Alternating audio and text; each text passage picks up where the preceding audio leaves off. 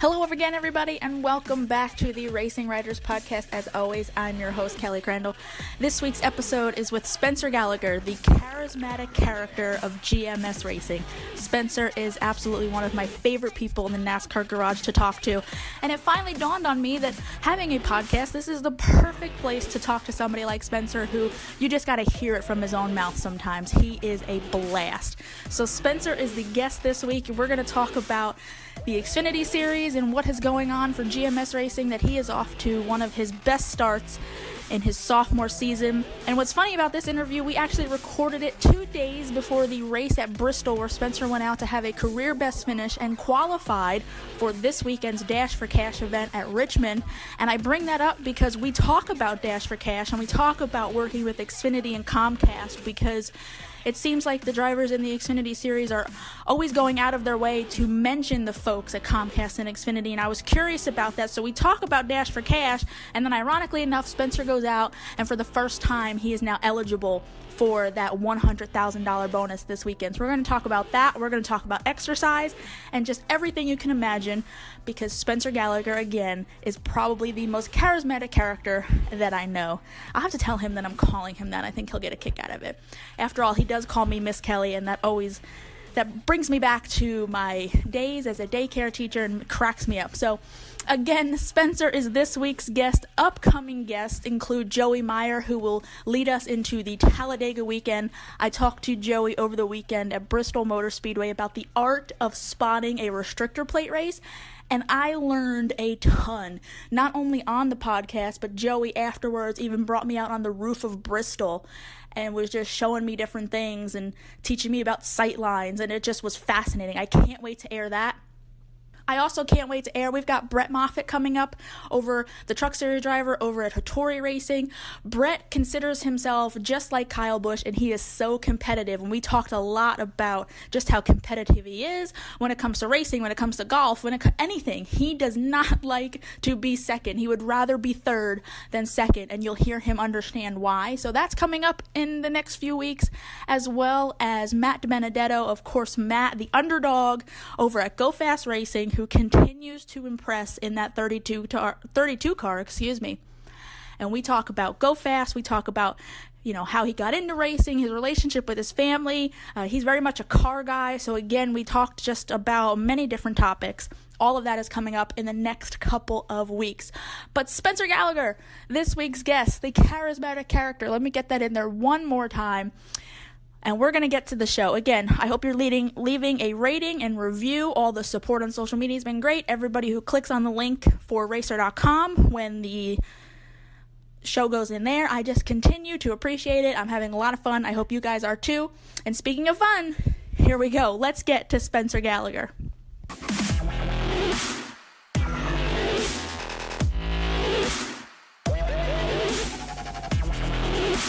Let's start off with racing, though, because it's still young in the season, but you're off to a pretty good start. But I want to start with kind of a loaded question. Those are the best. Every once in a while, I feel like I got to have one. Keep people on their toes. So, Spencer Gallagher, are you happy with where you're at in your career at this moment? You're never happy unless you're leading and winning races. I mean, I think that's what drives us as racers. But more specifically to that point, I think this has been a big year of improvement for us at GMS. I think you've really seen us come a long, long way. In our Xfinity Series efforts, our truck efforts continue to be pretty outstanding, but I think this has been a big year of development for us on the Xfinity side. It's certainly showing up on the racetrack. It's certainly showing up on the leaderboard at the finish. And, it's showing up with us as a team. It feels different, going to each and every one of these racetracks the second year, both because it'll be my second year as a driver. It'll be our second year together as a team, but because we have, so much more confidence going into these places, knowing that we've got a lot better package to work with. So I was going to ask, on that front, how do you feel? Is improvement the word here? I definitely think so. This has been a year of leaps and bounds, I think, for our Xfinity team at GMS. Last year, it's no secret, that was a struggle of a season. But, to go into this year and have 3 top 10 finishes in 6 races and no finish worse than 14th, that's a pretty good benchmark for us. I think we're running where we should be now. We're with guys that are competing week in and week out. We're getting up there and learning how to race them, and every week we get to do that, we get a little bit better. This is a sport about stacking pennies, and that's what we're doing. We're stacking our pennies away here at GMS, and they're adding up to something big.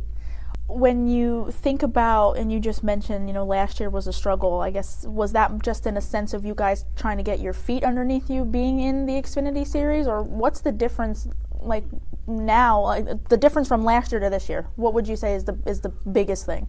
I think it comes besides down experience. It comes down to two things, and one of them is experience. Being a first-year team, that's going to be a tough road to hoe, no matter who you are. You can be Hendrick Motorsports or Joe Gibbs Racing starting out, but if it's your first season, you're going to find whatever bugs are in your system, and they're going to make themselves known. So, going into this second year, it really is it's been a big learning opportunity and an opportunity for us to iron out all those bugs. I think Chad Norris coming on has been a tremendous help to the effort. He's an excellent crew chief. We get along great, and just continuing to work the package that we've been working on, since we started this thing really, and continuing to make it better. And I think, in racing, we're always looking for an answer that'll give you or point to one single thing that makes all this difference. I did this different with the right rear spring, and now we're 0.3 faster. But in reality, that's not how it works. It's hard work, day in, day out, Monday through Thursday, and it's all on the part of these guys. You ask what the big difference is these guys are putting together fast race cars. It's not one thing. Yeah, it's never one thing. We media like to think, they just decided to stop doing this or start doing this. Yep. It's never one thing. One thing is never big enough to make a difference like that in this sport. It's the tolerances are too tight. The competition's too close. Everyone's trying that one thing, so you got to try 100 things. And if 50 of them make you go a little bit faster, well, congratulations, you've just found more speed than the next guy. Going back to last year when you made the adjustment, was there one thing that as the season got rolling that you're like, that maybe either took you by surprise, or you're like, damn, this is not what I was expecting, or we're going to have to work harder at this, and this from what we could do in trucks? Or again, was it just everything by making that step up? It's when you step up a whole series in this sport, you got to really re-up your game. Going from the trucks, you think the competition's stiff there. Now you're walking into the deep end of the pool now in the Xfinity Series, and Cup may as well be the ocean. I like to tell people that's no longer Noah Gragson or Christopher Bell that you're racing in the KBM Tundra. No, that's Kyle Busch in the number 18 Joe Gibbs Camry, and you have to go out and figure out how to beat him. And that's the name of the game in Xfinity. The top flight competition comes down regularly to compete with us, and that's no secret. And if we want to win on Sunday, we best be able to figure out how to do it on Saturday. So I think the competition's much deeper. I think the resources invested in the Xfinity Series are a hell of a lot more. You're seeing teams that have direct Cup affiliations that are getting hand-me-down information and parts from Cup teams at the highest level of competition. So it's going to be the deep end of the pool. Last year we definitely we were trying to get our feet underneath us and get something established and going. And I think that's what you're seeing continuing into this year is just that continued effort, trying to get ourselves better. So a few things I wanted to throw out to you just about the Xfinity Series in general. How do you go year 2 now of stage racing? How do you like that? I like it. I think it gives good breaks to the fans, so they know when the whole field's going to have a chance to catch back up and make some adjustments. And your favorite driver may not be doing so well right then and there, but having those 2 stages there gives them a guaranteed opportunity to make something of their day and make their cars better. And I think as a driver, too, it's comforting for the same reasons. The first 2 stages, you really know that you've only got to make it X laps, so that gives you valuable time to be thinking about what your car is doing and adjusting the way you drive, because you've got to be ready for that third, longer stage. So really, I think the way stage racing has changed the game is it's made you a lot more aggressive about how you're going to race in the closing laps of the first 2 stages, but it's also really changed the game as much as you really use those first 2 stages to try and figure out where you need to be for the third, because that's when it's going to count. And they go by quickly. You haven't got all the time in the world to get it figured out. So I think it's added a great deal to the racing. I enjoy them.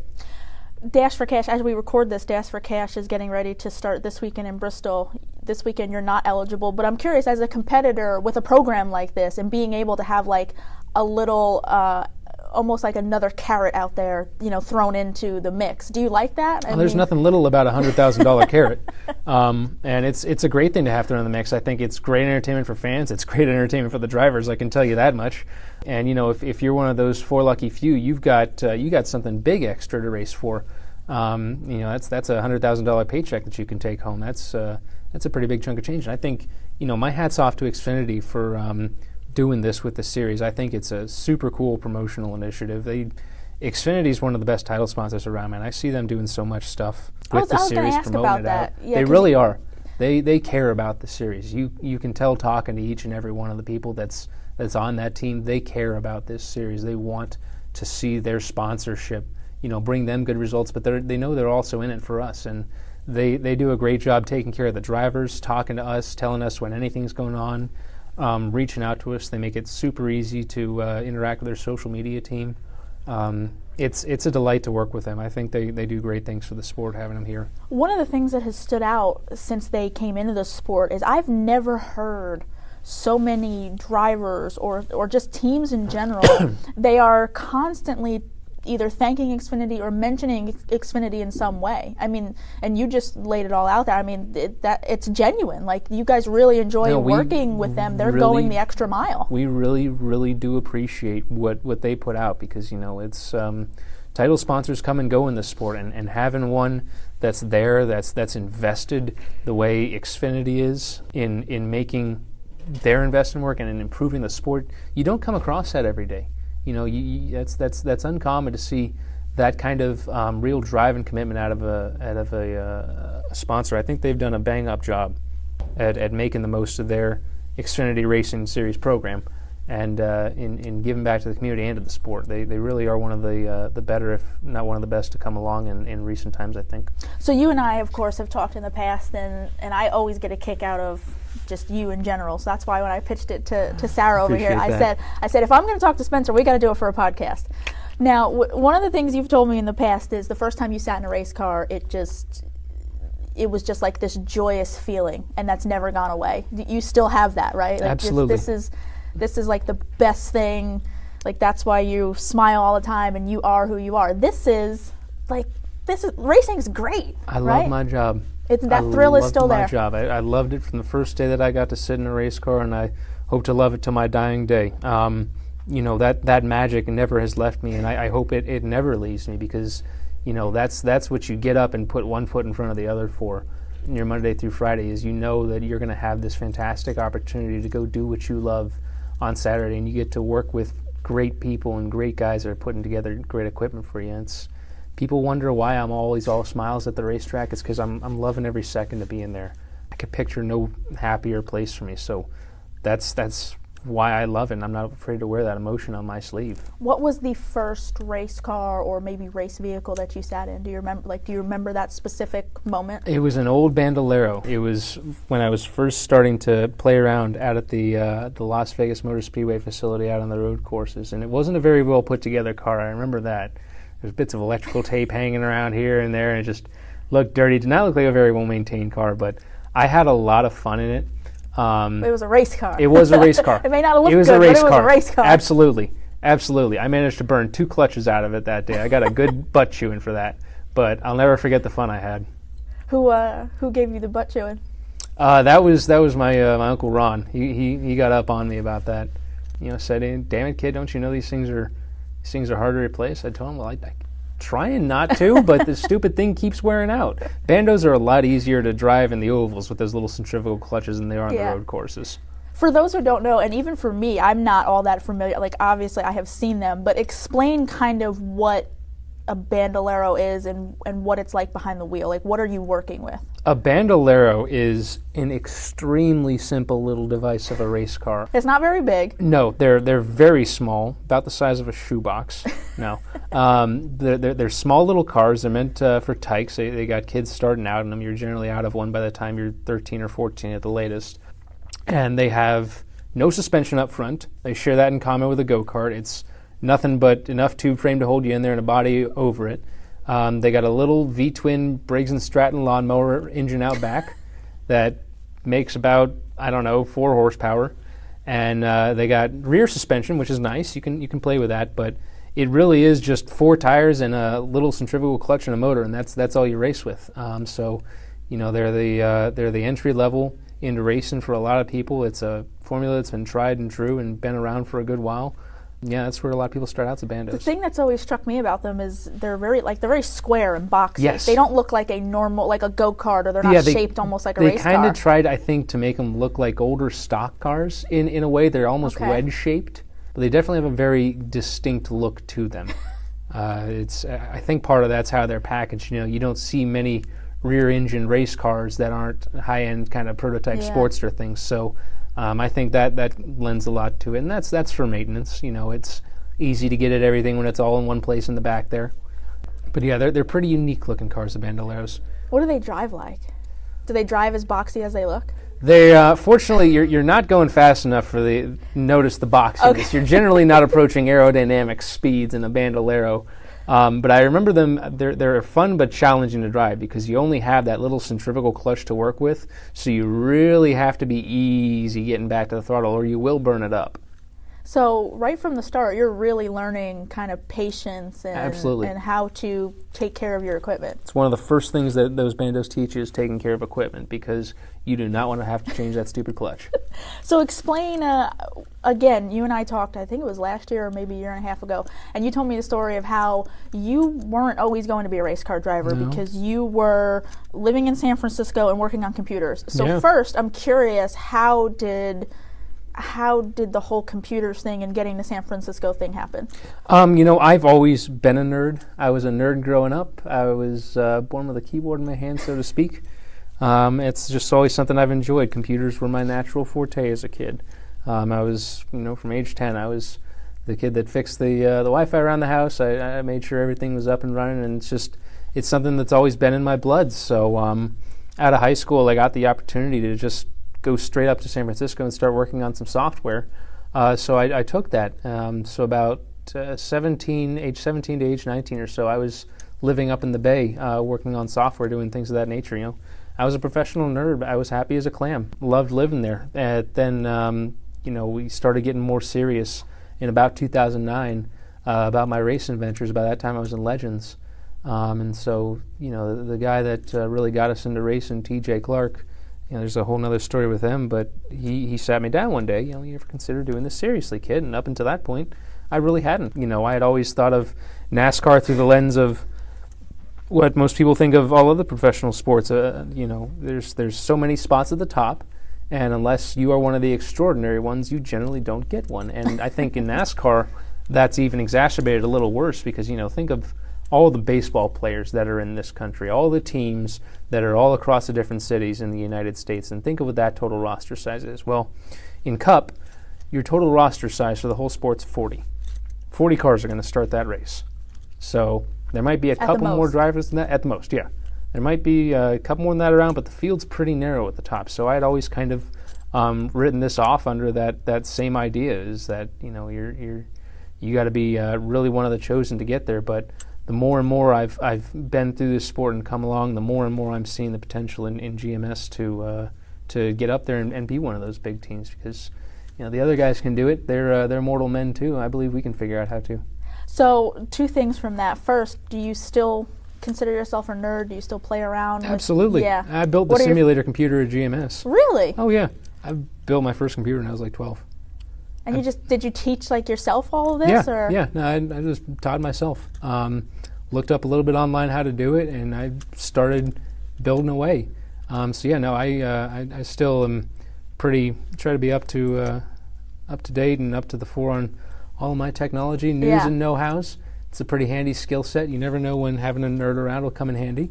I save a lot of butts that way, so it's not a bad ace to have in the hole. So you built the simulator, so when things go wrong, does everybody, if it doesn't translate or maybe if it breaks or just something happens, you get the butt chewing? I have people coming to me to try and fix their phones in the building, so it's gotten out. I'm the official computer wizard around GMS. But if the simulator breaks, it's on me. I'm the one that built the thing, so half the time I'm usually the one that's on it, so I know if it's breaking first. Does it translate, like, in terms of what the simulator is for? Or is that another area where, like, Spencer, you don't know what you messed it up, you don't know what you're doing, or so far so good with that? I really like using the simulator. I think you'll find a similar feeling from a lot of drivers. Simulated products like iRacing and company, they're really good for getting your sight lines down at a racetrack. When you're going to a place, again, for your first time, especially one with a lot of different grooves, like, for instance, Fontana. I spent a lot of time in the simulator at Fontana. It's really helpful just for getting your marks down. Real life is always going to drive a bit different, so the actual driving technique that goes into it is always going to be a little different. You have to bear that in mind. But as far as getting good marks, just a good basic reference of a racetrack before you get there, I find it to be very valuable. Mm-hmm. So, and then going back to, getting into racing, someone you had mentioned, asked you, would you take this, ever try and do it, and so forth. But what was it that you kind of were drawn to, that you made that decision to, go from, like you said, being happy as a clam doing what you're doing to, yeah, I'll give it a shot? What was the enticement for you? I knew to myself that even back at that young age that this was opportunity knocking on the door, and if nothing else, computers would always be there, but this may not, and this is a much more interesting life. Meet a lot of really cool people doing this, and it was an opportunity to go do something wild and new and challenging, and I really liked that. I really liked that about it, so I definitely took it. What is the status on? You had once said that you wanted to get a Run GMS tattoo. Thinking about which butt cheek to get it on. So that lives on. Yeah. Oh yeah. Yeah. And in typical. So far, my pick's righty. Okay. Yeah. I'll let you know if that changes. What is the fascination with, and the reason I ask is because you just mentioned, the behind, the rear area, and of course Austin Dillon and his team have done that now apparently quite a few times. What is the fascination with that area? I don't know. I think it's a good place that you don't have to show mom a lot. It's nice fatty tissue, might help with the needle, It's good canvas, nice round section of butt to paint on, no unusual crinkles or creases, right? I mean, think about it from a practical point of view. Oh, I expect nothing less from you. That's why I asked. Yeah, absolutely. I figured I would get an answer. Absolutely. So one of the things I wanted to ask, and the reason is because I see a lot of people on social media kind of bring this up, and just because they don't understand. So, of course, here at GMS, you are doing your Xfinity program. You have your focus there, but you also will pop up in Truck Series press conferences. Maybe when one of the teams is lucky enough to go to victory lane, or GMS just needs a representative. Explain to those who, may wonder, why is Spencer doing it and not your dad? I like to think of myself as a very involved component at GMS, both as and beyond being a driver. This place is my life. This is my 9 to 5. It's not just what I go do on the racetrack on weekends. So, Maury has asked me on a fair few occasions to go and speak on his stead in some truck victory lanes. And I think his objective there is, to get me in front of people, get me talking. I need a lot of help coming out of my shell, as you know. But he just wants me to be out there and visible, and I think that's been a pretty integral piece of me and how I've done business over the years. Coming through my racing careers, I've always known in the back of my head that I can't be just a driver. I don't have the luxury to be just a driver around here, and I don't want to be just a driver around here. I want to help grow GMS. I want to help. Now I want to see this place succeed, and I want to help have my hand in that. So this is the place that I pour my heart and soul to 9 to 5, and then I go, get to be lucky enough to go wear those colors on the racetrack. But my real job is here at GMS as much as it is on the racetrack, and that's something I really try to live by. Mr. Gallagher, he's a busy man. He's got a lot of things to run, and he can't always be here. So I try to be his ears and eyes in his stead, and make sure I'm giving everything to this place that I can. On a weekly basis, what are some of the other areas or some of the other projects that you do get involved with? What are some of the things behind the scenes here at GMS? Like you mentioned, not just a driver. What what are some things that maybe have your fingerprints on it, or areas that you can help? A lot of our creative stuff, I like to think I have some kind of input, and we have a really, really, really talented graphics guy named Justin, and I do a lot of work with him. I may know him. Yeah, you might have seen him once or twice, but I do some work with him. I try to help out on the administrative side, closing deals, getting clients in the door, trying to talk to people. Generally anything Mr. Beam, our president, needs of me, that's what my job is that day. I kind of try to think of my job title as just being the guy that takes stuff off of Mr. Beam's plate. So you'll wear any hat? Yep, whatever that is that day, whatever needs to be done, if it takes something off of Mr. Beam's plate, that's what's getting done. Like you said, you want to be more than a driver, so is this also helps maybe long term, right? Absolutely. You need to know the ins and outs of the sport from more than just a driver's vantage if you want to be here for a while. So I like to think of this as a good and early education into that part of the world. I want to switch gears a little bit, a few more things for you. When we were going to originally schedule the first time we were trying to get together, we were going to try and do it around, you were going to go work out. You always apparently come here to the shop and work out every day. One of the things that cracked me up about that is because I remember, I think it was the 2007 media tour, where you expertly incorporated the word fatso into an answer. Yeah. So, you can't be a fatso in the sport. You just can't. So that was a genuine reason for why you have taken your diet, exercise, everything more seriously. Absolutely. I've taken it upon myself to be, very serious about my physical conditioning. These race cars are real challenges to drive, and especially into the Xfinity Series and beyond. These are endurance races. It's a 3.5 hour race in an Xfinity car, and a good deal longer than that in Cup. So, physical and mental endurance is a huge part of that, and to that end, your conditioning is a huge part of your endurance. So, GMS, we've gotten a trainer, Mr. Alex Reynolds, on board, and he comes up here and works with myself and the boys in our little facility here in the gym pretty well every day. Mondays and Wednesdays we lift weights, Tuesdays, Thursdays we ride bikes. So we try to keep ourselves really disciplined and really consistent about our working out and our nutrition. That's part of your day job as a driver. You need to be conditioned, you need to be in shape. But B, you're just got to be looking out for yourself after a certain respect. You're the one that's going to pay for it when you're getting out of the car at Bristol feeling gassed. You're the one that's going to pay for it on the racetrack. You're going to pay for it personally, and you're going to pay for it with your team. So there's no excuse to be at this level and not be in some kind of physical shape or have some kind of physical regimen. We're athletes. We need to treat ourselves like it. So today is Thursday, for example. Will you do a workout today, and what would be on today's schedule? I've probably got about 30, 40 miles to ride today, I would guess. Okay. Yeah. That's, so it sounds like that you have like different areas. Yes. Maybe like every day it's something different. There's specific. Monday and Wednesdays we focus around doing strength work, and we focus around doing recovery work. So, mobility is hugely important to us as drivers. We are in a sport that promotes, long-term one of the worst postures there is, and we effectively sit in a chair and clench all of our muscles as hard as we can with our arms outstretched for 3 hours straight, and then we wonder why all of our backs hurt. Well, it's because you're tight and locked up, and your musculature is horrible, and that's what causes all these problems. As a driver, I tell the young boys that come in, you may think it's silly to be doing this foam rolling and working on this stuff. You may not feel that pain now, but trust me, it comes, and you don't want to deal with it when it does. So that's something we focus on a lot Mondays, Wednesdays, try to get ourselves strong, try to keep ourselves mobile.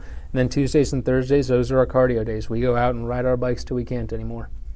So maybe not even a set distance, it's just go until... pretty much. Just push yourself. Absolutely. So I got a pair of the silly shorts up in my office, and you stick around long enough, you'll see me riding around looking silly. Have you felt a difference behind the wheel in terms of how you're able to wrestle with the race car, or maybe over the course of a longer race? Do you feel, Definitely. Have you started to? Definitely. No, it's you notice it in the race car, and you notice it getting out of the car. You notice it when you get out of the car and you're able to say to yourself, wow, I could really run another one of those again. That's a good feeling, and that's contributing to your performance on the racetrack. That's contributing to make you a better race car driver. Your guys see how hard you're working, and they respond to that as well. Your guys notice it when you take care of yourself and you keep yourself in shape. They're the ones that are working hard to make that race car fast. And the way I figured, if they're going to bust their butts Monday through Friday, 9 to 5, to make my race car fast, I'm going to bust my butt Monday through Friday, 9 to 5, to make myself better. And that's one of the best ways to do it. All right, so we'll end with this. And I'm going to, not that I'm not already comfortable, but I'm going to get a little comfortable? Get perched in here, because I feel like this one question may take a few minutes. With the improvement here at GMS, everything's trending upwards. You mentioned, 3 top 10s and 6 races already so far. So the next thing you start to think about is, well, if all goes according to plan, a win. We're working towards winning. Almost. So when Spencer Gallagher finally wins a race, how are you going to celebrate? Oh, man. I haven't figured that out yet. I've got a couple different game plans. Well, that's why I asked, because I figured maybe you had now laid it all out and kind of mixed it all together. I was thinking like maybe some grass angels. I don't know, a double half cap, no whip, backflip off the top of the car. Climb the fence like Tony did. Tony was always a hero of mine. I don't know how he managed to climb that fence, but he did. If he can do it, I can too. Yeah, there you go. But I don't know. Might have to get creative with it. You just have to stay tuned. So it's funny because you say all that, and speaking of podcasts, one of my favorite podcasts, I don't know if you've heard of it, is the Dinners with Racers podcast. Mm-hmm. And they have a joke now that like every episode when they talk to people about winning races, they mention NASCAR because they say Austin Dillon has like the longest celebration in the history of NASCAR. Like he dabs, he burns out, he runs through the grass. So I'm like, well, man's exuberant. Yeah. So now we have Spencer. So that's why I want to know, like, how are you gonna? Oh man, so I got to take top that to the next level. I got to top that. I'm actually going to bring out an entire 3-ring circus from behind the pits. Love it. And I'm going to put on a whole Barnum and Bailey show. So we're going to have circus, fence climbing, yep, snow angels, bears on unicycles, flaming midgets, everything. Yes. See, I love it. Yep. I love it. All right. Well, I appreciate it. I hope it was painless for you. And I'm going to stick around and maybe find like a corner to hide in so I can see you ride off. Oh, please do. In your little shorts there. May God have mercy on your soul. Thank you, Spencer. Thank you.